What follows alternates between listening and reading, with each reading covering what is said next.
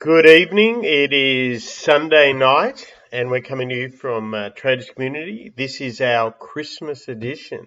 Can you believe here we are, another Christmas, just 6 days away?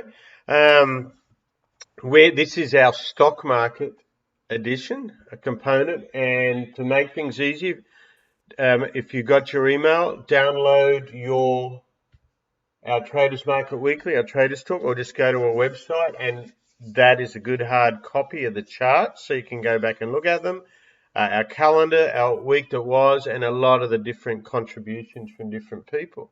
So let's start off here, and welcome Nick all the way from Holland, which Yeah, unfortunately is it's in good to be lockdown here. for 2 weeks.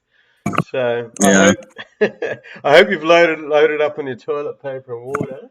yep. Um, All this morning was spent shopping. So, have you got your Gouda in store and all the rest of it? So, Oh, we have packs in the basement here. We don't need any more. well, good stuff. So, this week we're calling it "So This Is Christmas" from Cautious Investor, he's been pretty spot on with the market this year and taking stuff off the table, which we're going to talk about. So remember, this is our stock market component. So the week that was and what lies ahead. So the big thing last week, as we all know, was volatility. The market was viciously up and down. And a lot to do with that was the different central banks, of course, our own, the Federal Reserve, the taper. He did as is expected, and we went to new highs on that, which confused a lot of people that have been around a bit. They're like, well, hang on, we've got a virus that's shutting down the world.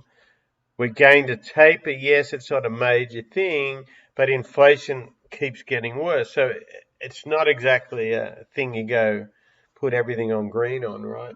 So the next day, sure enough, and then there became an obsession with Apple, which we've talked about ad nauseum. That was a pretty straightforward long and short, but then the those who can't think for themselves started buying the thing hard. That's now collapsed $10 off that.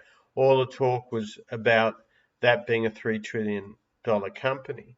Now, things go in cycles. We've talked all week about the tax cycle, about the trash stocks, taking out the trash, etc. And we're going to talk about that a little bit in a minute, because there's some massive selling in certain areas that the major banks have done some excellent work on. So they're just looking at, you can see, we're looking at the PPI number. That came right after a CPI. There's all the major central banks are on our website. Read what they have to say rather than someone on one of these social media outlets that's all long, probably hopeful, and it maybe is a hobbyist, for want of a better word. So we have all that there. Lira, we focus on it. And I had someone emailed me about Lira. Can that happen here or elsewhere? Well, obviously it can. Absolutely it can. Will it? Most unlikely, because we have a better break between the central bank and politicians. That is, and that's a token of an article on the side about that. Turkey's a great example why we should be separated, right, from central banks and politics. Don't you think, Nick? That was a great example of what not to Absolutely. do. And we'll look at that elsewhere, but let's later on as well. But let's get back to what's going on in the States. So we saw record highs. The Spurs for the S&P ended up down 1.9%. But keep in mind, it's still up 23% for the year. That's a great year. So it kind of drives our gears when you see, oh, we're collapsing, we're doing all this. That usually comes from leveraged people that entitled that it only goes up. Oh, I've got it terribly wrong in a lot of these tech stocks or biotechs that got ahead of the curve. The Dow was just down 1.7%, but still up 15.5% for the year. Nasdaq was the biggest, down 3.2%.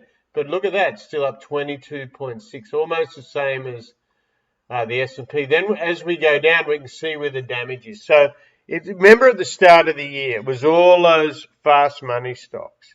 And meme stocks get blamed, but it's not really the memes. A lot of these ones that are collapsed, because the memes is a very small area and, fly by night kind of money, and a lot of small money, but it adds up to a lot. But in the Russell, we see that down 1.7, but only up 10% for the year. And then we look inside that a little bit deeper, even though biotech surged 6% when everything else was getting belted last week, it's down 2.9% when everything's down. And the classic, a lot of the same people that buy those upstart sort of things and a lot of those high-tech ones, which we love to short, the AIs and the PAFs and all that of the world, buy gold. The gold index is down 17.4% for the year. And then you can put that up against the Bitcoin and some of the other ones. Semis, which have really helped out the Nasdaq when you think about it, and some of the small caps, is up a massive 34% for the year. It's down just 3.9%.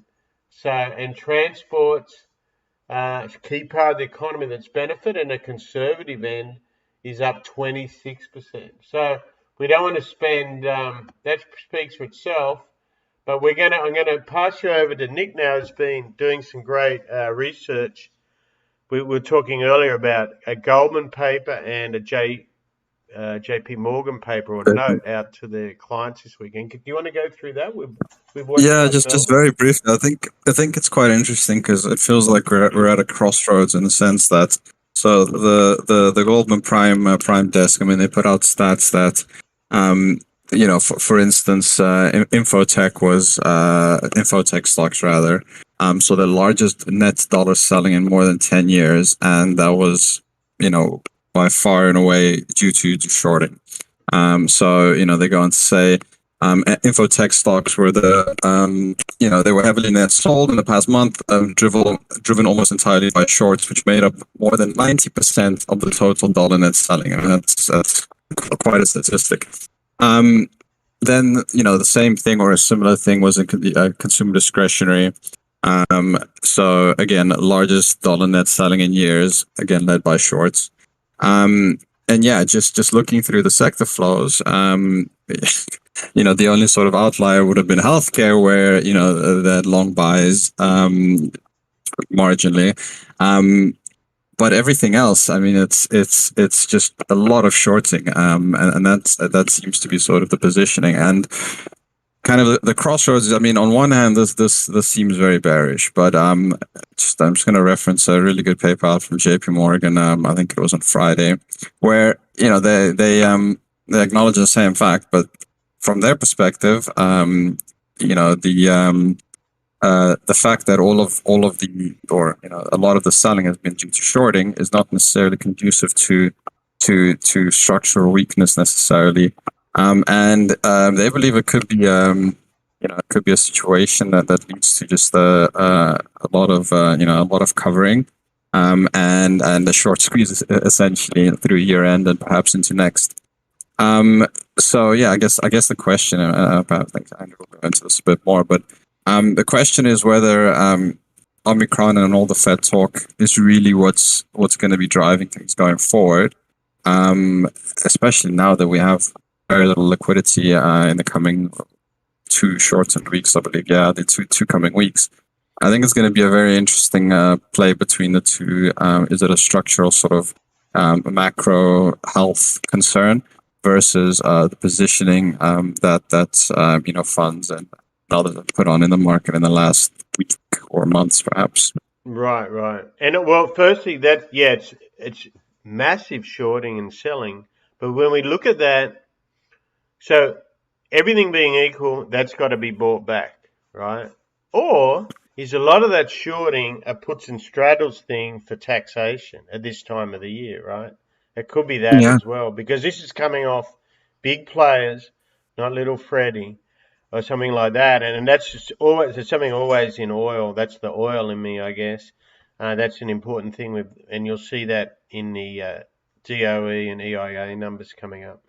But is that it, or are they knowing that's where the tax selling is? With a lot of those tech stocks that are now getting whacked, people pulling money out of things like ARK and stuff like that. So is it predatory high frequency trading against that? That could be part of it, or is it a taxing? Either way, it does leave it open to some buying, unless they're doing it elsewhere.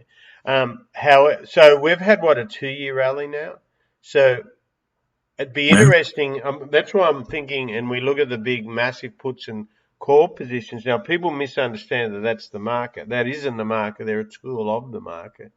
Look, in the smaller stuff, yeah, they can dominate it. But in their big, here's a good example where that could be entwined with all that. And that's where technicals are so good at picking that out, and why we use the different, like the dicks and stuff like that. But these are coming from guys that see the flows. And as you know, I talk to them pretty regularly, through the day. And it's a different world to what you see on social media or stuff like that, right? And the other thing the lockdown's a good question. So we're seeing Holland lockdown, England just a mess, America 800,000 dead now. There seems to be no policies. They're paying the price now of making a political situation, and I mean, really, you've got the president that I think even his ardent followers now are questioning his viability, with this sort of thing. And then interesting in Australia, which the CCP has tried to really push as a new world order sort of thing, which is a load of crap if ever you've seen it. If you think Victoria's Australia, then think again. But what is noticeable, they came out and said they're not doing any lockdown. Let's use some common sense. We have high vaccinations, so that protects our healthcare. And what was the other thing? We just read it just a moment ago. It's summer. It's summer, right? It's summer. So the important thing is use common sense. With all these things, if you are vulnerable to any of these things, it's winter. So you should be vulnerable before COVID. You should be careful about it with flus or whatever. So use your common sense. But there isn't any common sense in the world. So how does it affect the markets? It really depends on A, how the powers that be react, what they shut down, the pushback, and the effect in the real world is also on supplies and all that. We read that China is shutting down a lot more factories. They're in a mess over there. A lot of this with them is to do with them. It goes back to the trade war with Australia. They simply don't have enough fuel to heat up their people, to run their factories and all this. So there's a lot to do that. They're trying to shut that down. The same things with when you try, how's a nice way of putting it, but when you call basically oil and gas terrorists and coal, and you shut so much production down, yet you don't have anything in its place, and weather being weather, it's cold out there. So you got all these things in the background that could all go any way over the next 6 to 12 months. And I think keep that in mind. A lot of people are out there giving their views on what's going to happen next year. Interesting. I look at what these very same people said a year ago or 6 months ago. Keep that in mind. We don't really know, but we know the way herds behave. People are unpredictable, but in a very predictable way. So we'll go through that in charts. But those numbers that Nick just said out of JPM and Goldman, they're both looking at the same kind of data. They're very clear and clinical, so don't ignore them. And then watch how those numbers affect the markets. You know what's gone on. Look to what it's going to do. Don't just hope or believe or live in greed and fear, So keep that open mind there. And it is Christmas. So come Thursday, it's Christmas Eve. People are headed to church, headed to their families, all that sort of thing. There's not many positions on anyway. It's school holidays, So let's keep that in mind what we're trading. And Goldman's came out and they've lowered. They just made an announcement, and this is almost breaking news. But they made an announcement a little while ago. It should be public that they're going to lower their U.S. economic growth forecast, saying that U.S. President Biden's Build Back Better, as they've said for a while, is basically, I mean, I could just imagine how they're giggling over there, but is unlikely to pass full stop. That's a lot to do with Manchin saying he won't Yeah, sign on I it. think he came out this weekend, right? If I'm not Right. mistaken, So, saying he might not vote for it. but he wasn't anyway. He's never. So they've tried to push him in the media. That's how these guys work, to shame him into doing it, saying he's got too much. So he's one guy that actually voted, I guess, with his conscience, right? He's the kingmaker almost, frankly, with his Right, but position. instead of going a party line that he disagrees with. So, I mean, interesting times. Well, let's get back on and look what happened in the rest of the world.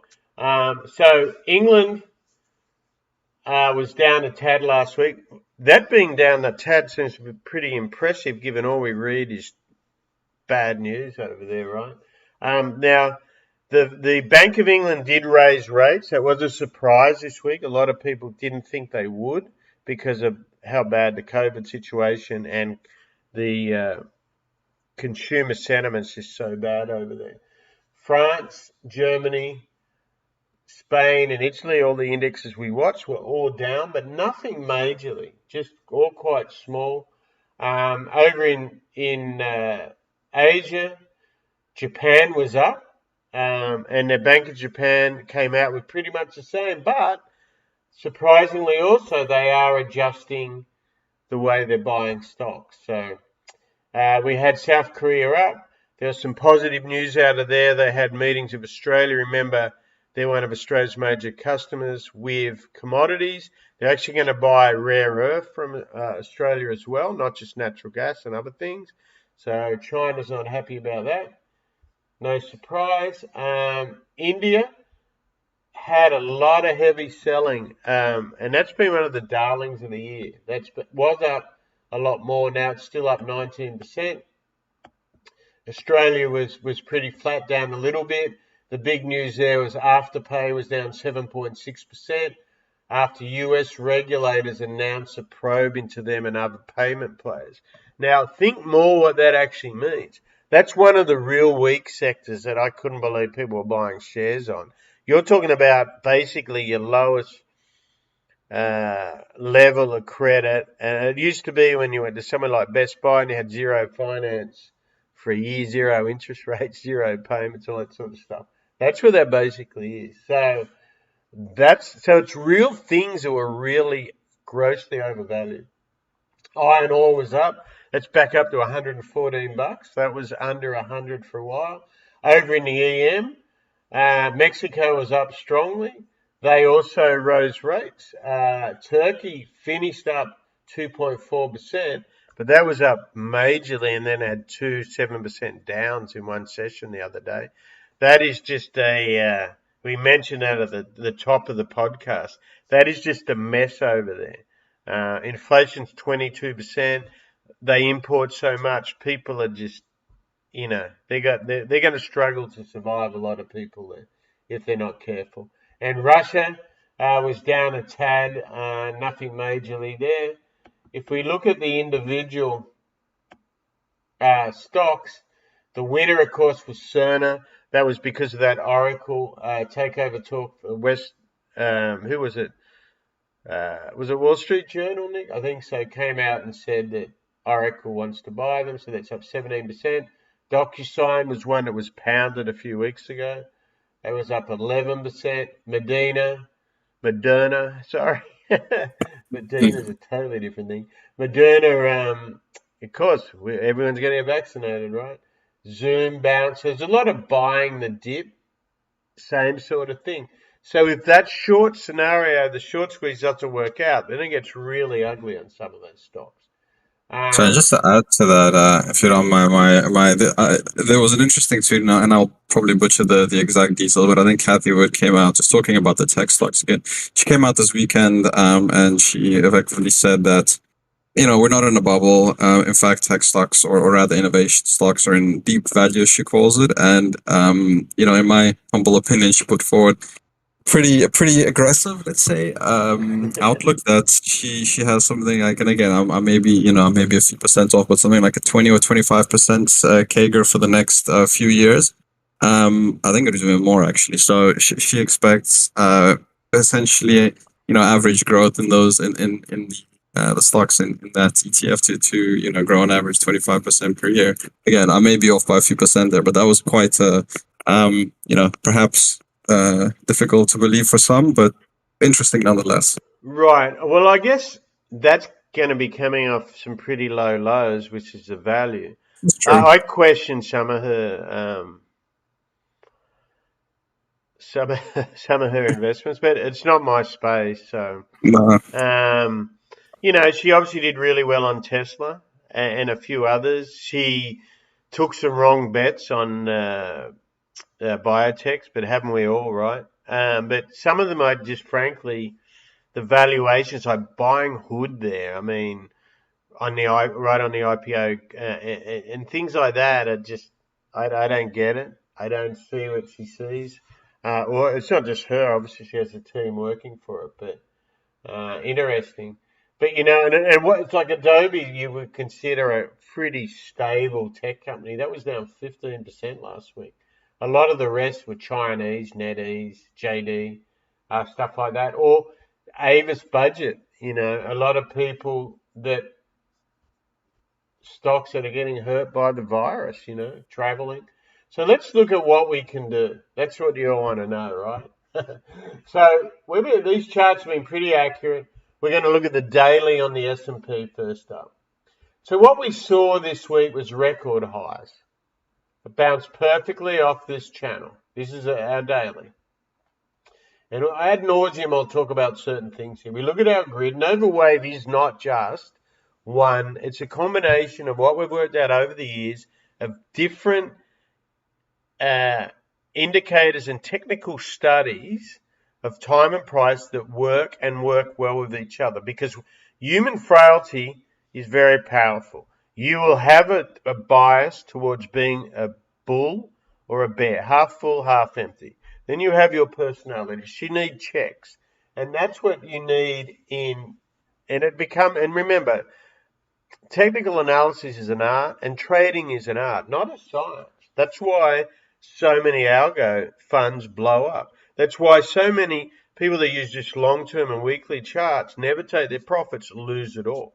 And, et cetera, et cetera. So you need a balance in it all. And that's what we try to do with charts. When we have a very solid, strong macro view that's global, and we look at the interreaction between currencies, commodities, stocks, and bonds.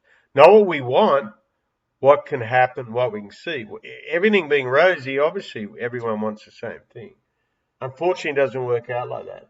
So we look at, and that's why that was so important at the top of the hour there that Nick was talking about, what's going on in those prime brokerage. So put all that in perspective, what's going on in the world with currencies, trade wars, interest rates. So then we come into our charts, and that just tells us what the market thinks, and the market's really always right. So let's look at the herd, and that's what all Elliott Wave and things like that measure. People are predictable. They're unpredictable and predictable, but a predictable way. So we know our simple basis. Waves go up in 5, correct in 3s. So that means this is what's key, and this is what's key. If this is bearish, i.e. 1, 2, and this is going to it's the end of the world kind of scenario, this is obviously just the start of something going down hard, right? So 1, 2, bang, we're through all this support. If this is the market getting short, remember some of those short numbers we just heard, if that is not just some tax thing or rewrite or just getting out of equities full stop, then we got all this support here now. But look how we finished, way under our daily tanking, and that's our thing. We finished just above the Cajun, and think what those represent. But we're under 8.8. Our high was a spit of the previous high. That can be a B flat for you Elliott people out there, okay? So that's our daily. Keep in mind, our resistance support, and just you look at these levels, so print it out, however you want to do it. And watch the herd. So sometimes you just got to take profit too, you know. Like you saw on Friday, we did a bunch of options in Apple. You could do the same trade 4 times. You don't have to just stay in something. There's no law. And it's get rid of your ego. At the end of the day, it's what you got in your bank, right? So we go through that a little bit more specific. On weekly, you can see what we're talking about. If it gets through this channel on the weekly, there's a lot below it, right? And that, if we could put that with the daily. And so put your daily cloud is in this area here. But look at this long channel.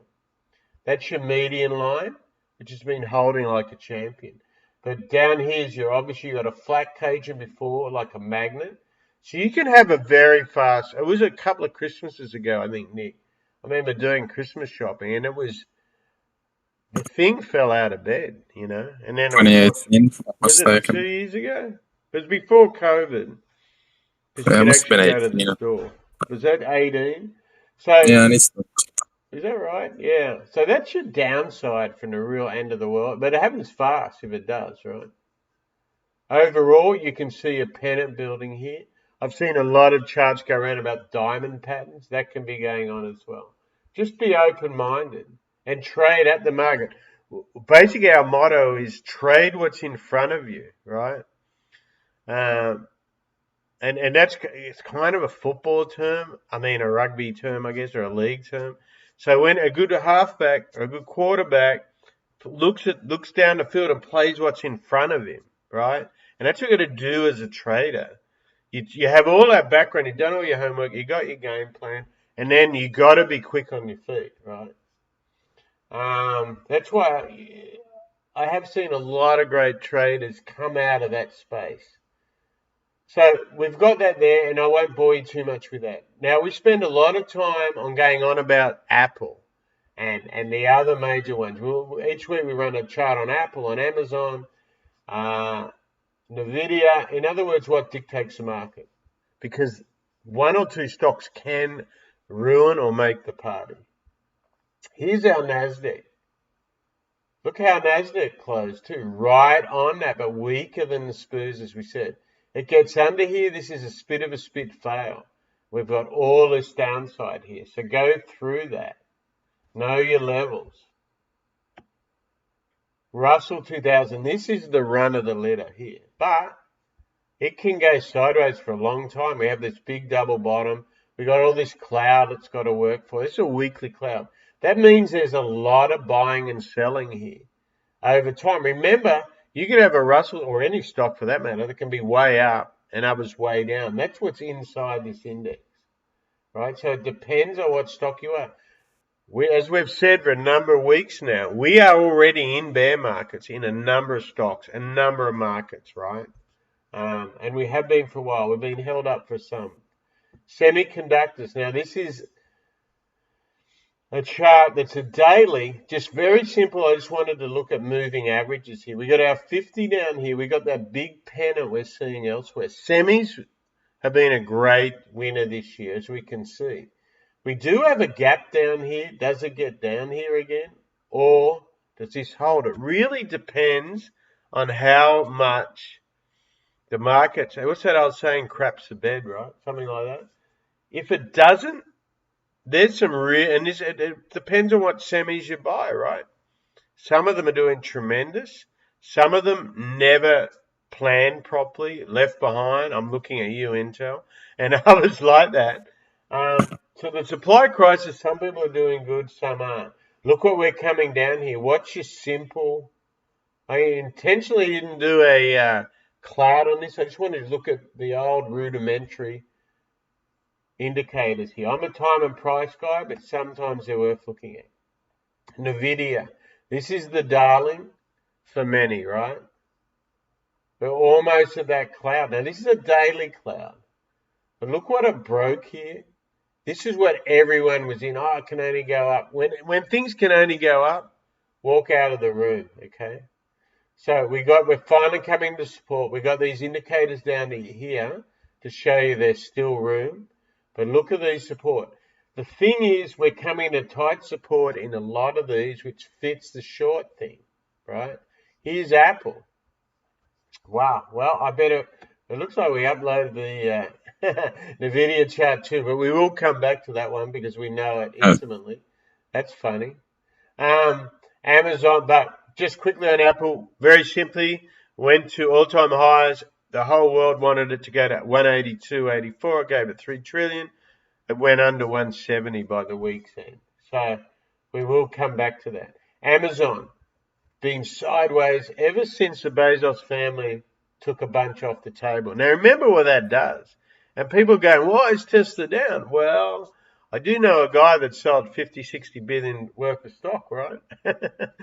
So bear in mind, right? People go, our options run markets. Short term they do for sure, but when you take that kind of money out of a market, that's massive. Yes, he did cover a lot of that too, someone's telling me, with calls. So we got the ARC, which is what Nick was just talking about. Yeah, okay. So this is Arcade. Look what that's done. Right, this is weekly. It went sideways forever. Just could never get over that cloud, never get over the panic, and gave it up. And look at the volume here, though. Is this capitulation, Nick? Perhaps, or has it got to go more for? It's certainly oversold. I'll see. But you know, a lot of that index. If she's right, massive ABC. But I'll leave them and judge it elsewhere. I don't want to get on that arc. You know, are we donkeys or elephants or? What are we on that, right? I'll stay off that arc. Terrible movies, by the way. But anyway, earnings tomorrow. Back to semis. Micron's out tomorrow. So that's your semiconductor. And Nike, that's your consumer. So they're both out tomorrow. Tuesday, we have General Mills, which has been hitting 52-week highs. BlackBerry's a meme stock out of Canada. If anyone remembers your Blackberries, they were a big deal once. Wednesday, CarMax, another consumer stock. Cintas, I guess you'd call that as well on Paycheck. So, and then we come into Christmas Eve on Thursday, Christmas Day. Most of the world's going to be shut for all that. Obviously, all the countries that celebrate Christmas. And really, let's go back to the Turkish lira here I wanted to show you. Look at that. So that's when it all goes wrong. Right? That's just this year. This is the lira. Now, their stock market for 2 weeks did this. And then it's all given it back in 2 or 3 sessions. So just bear in mind, value is value for a reason. Just because the stocks collapse, it doesn't mean you should buy the stocks. Now, the reason that's relevant, a lot of the end of the world people or the US dollar is going to become worthless kind of thing. So therefore, the stock market has to go up. Not necessarily so. It might be temporarily. It may not. I'm not saying I'm in that camp, FYI, but I just wanted to show you what risk does when it goes wrong. This is a Turkish lira. It's an inverse collapsing against the US dollar, meaning you only get 1647 lira it now takes to get $1, right? In when is this? August last year, it was 8. So that gives you an idea how much it's collapsed. Okay, what do we got out this week, Nick? What do we got, mate? Let's have a quick look. And this is all on the website, and it's all on your weekly rendezvous with us, I guess.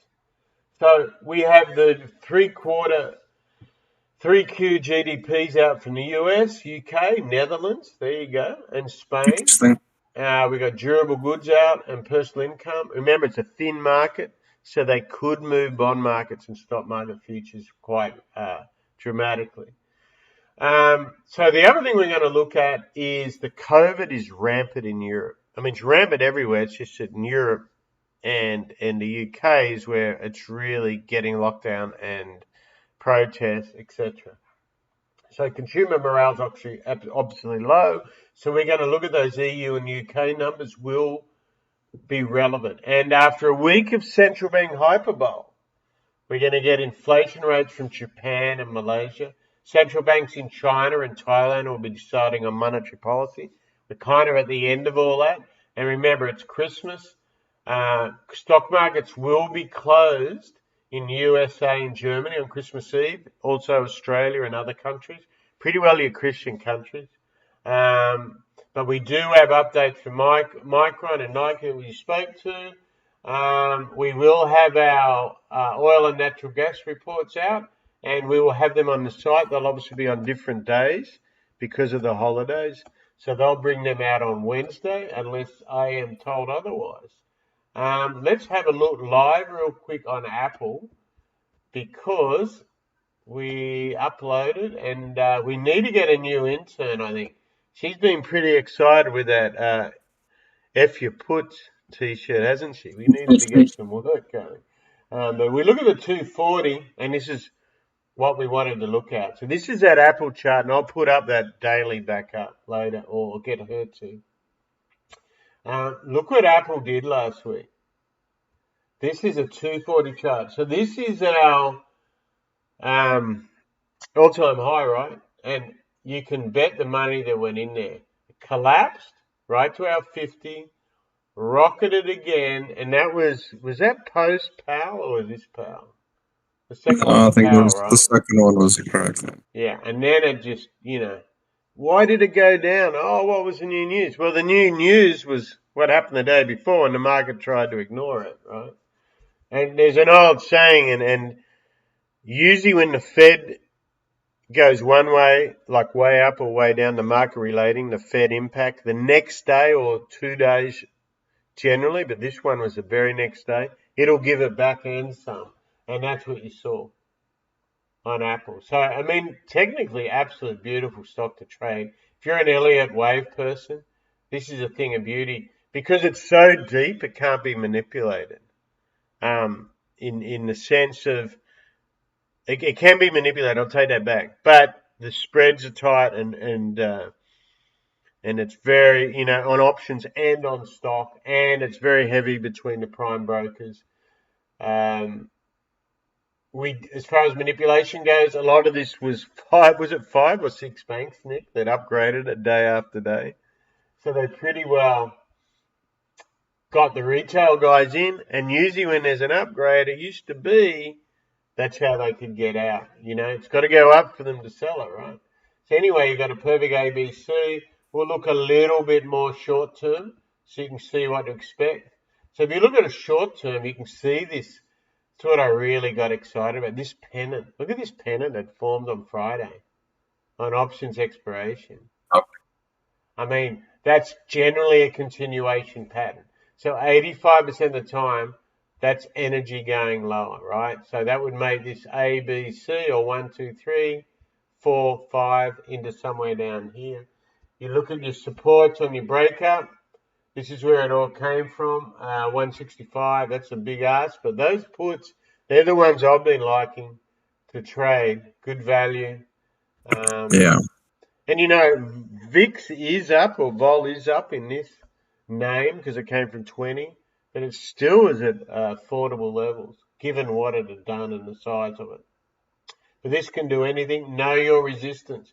This here, this little twist here, I mean, this is an hourly chart, so don't read too much into it. But that does show you the short selling can get a magnet on that. And here we have just a quick look. We're running a little bit behind this week. A lot of personal stuff this weekend, so unfortunately. So we're just going to do stocks tonight. I was going to do the energy and the forex separately. We will talk about it tomorrow. But look at this little beauty. This is called the S&P. And remember, I look at this on cash. And remember the reasons, right? Because this equates 24 hours. It's a great little product. I don't mind giving Sierra a plug there. Because a lot of people aren't able to trade futures or EFP, which is generally the prime stuff, that's what you'll do. But you'll see this is broken through those levels.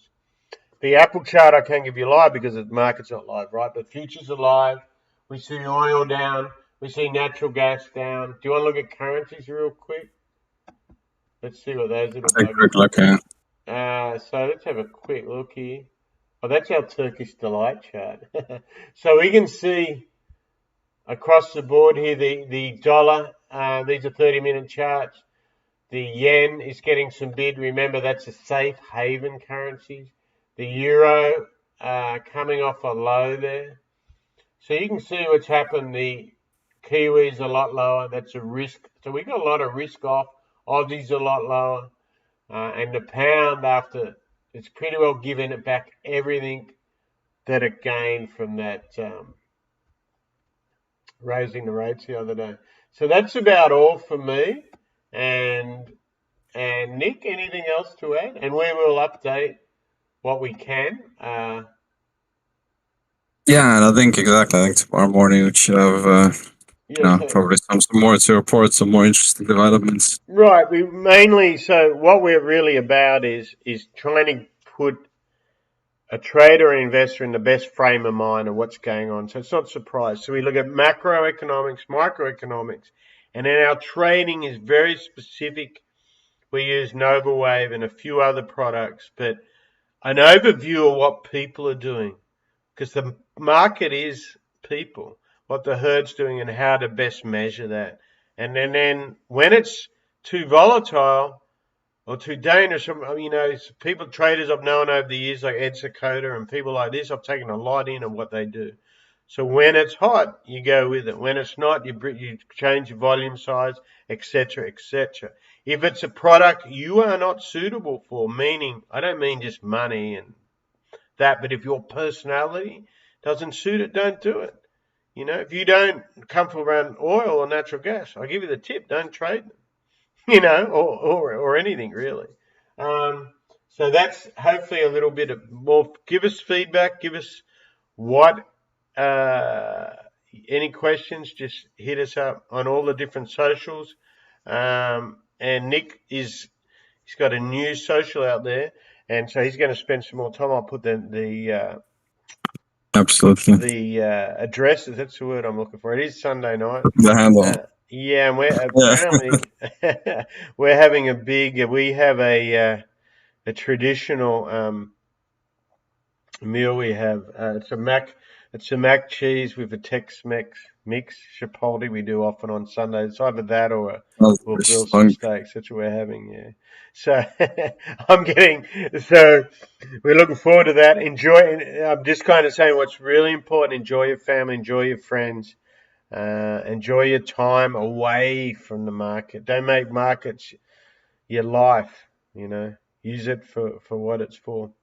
Sage advice. Yeah, exactly. And so often things happen in life that will make you really take that in importance. So we're not sure where this is going to open tomorrow, but we can see it's open very weak right now. So who knows where it'll be next 4 hours. Keep an eye on things that can move. Data out this week is all macro. We've had all our central banks. You know how they think. You know how they feel. You know the positioning that's going on. We updated that, and thanks for that, Nick. Let's have a great night. We'll see you all in the morning, bright and early. Yeah. Thank you. It is Christmas week, so keep that in mind. See you now.